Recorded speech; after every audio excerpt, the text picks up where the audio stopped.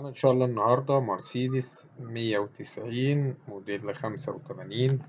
العربية دواخل زيرو، رشة برا، كاملة أوتوماتيك بحالة ممتازة، فيها رخصة سنة مرور طنطا. معانا إن شاء الله تكون في طنطا. السعر إن شاء الله المطلوب 158,000 جنيه. رقم التليفون هيظهر قدامكم على الشاشة في آخر الفيديو.